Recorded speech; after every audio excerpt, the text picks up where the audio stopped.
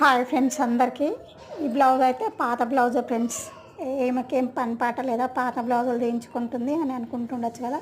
అవును, నిజానికి నిజం. ఇది పాత బ్లౌజు, నాదే. ఈ బ్లౌజ్ కూడా ఎవరిదైతే కాదు. ఈ బ్లౌజ్ నేను చూపించే వరకు కూడా మీకు ఎక్కడ ఏముంది అనేది అయితే తెలియదు ఫ్రెండ్స్. అసలు చిన్న డ్యామేజ్ ఉంది ఈ బ్లౌజు, అదైతే నేను సర్చ్ చేసుకున్నాను. ఈ బ్లౌజ్ నాకు 2-3 చీరల మీదకి వస్తుంది ఫ్రెండ్స్. నేను ఇప్పటికీ ఈ బ్లౌజ్ వేస్తూనే ఉన్నా.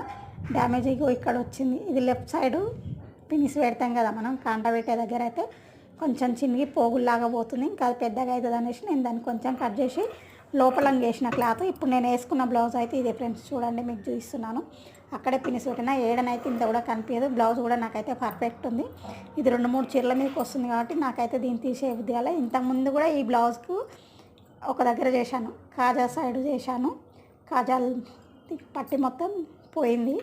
పోతే నేనైతే మళ్ళీ దాన్ని కట్ చేసి మొత్తం చినిపోయిన కాడికి కట్ చేసి మళ్ళీ కొత్త వేసి కుట్టిన. చూడండి ఫ్రెండ్స్, సంచులు పెట్టిన.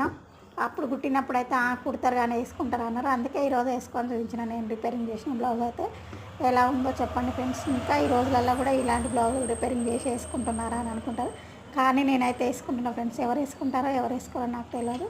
నేనైతే రిపేరింగ్ చేసుకుని వేసుకుంటాను. ఆ వీడియో నచ్చితే ఒక లైక్ చేయండి, కామెంట్ చేయండి ఫ్రెండ్స్. బాయ్ మరి.